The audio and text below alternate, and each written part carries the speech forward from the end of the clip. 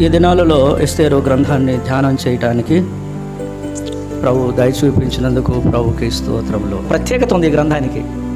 చాలామంది చదువుకుంటారు. ఈ గ్రంథంలో ఉన్న ప్రత్యేకత ఏంటంటే, దేవుడు అనే మాట కానీ, యెహోవా అనే మాట కానీ, దానికి సంబంధించిన పర్యాయ పదం కానీ ఈ గ్రంథంలో లేదు.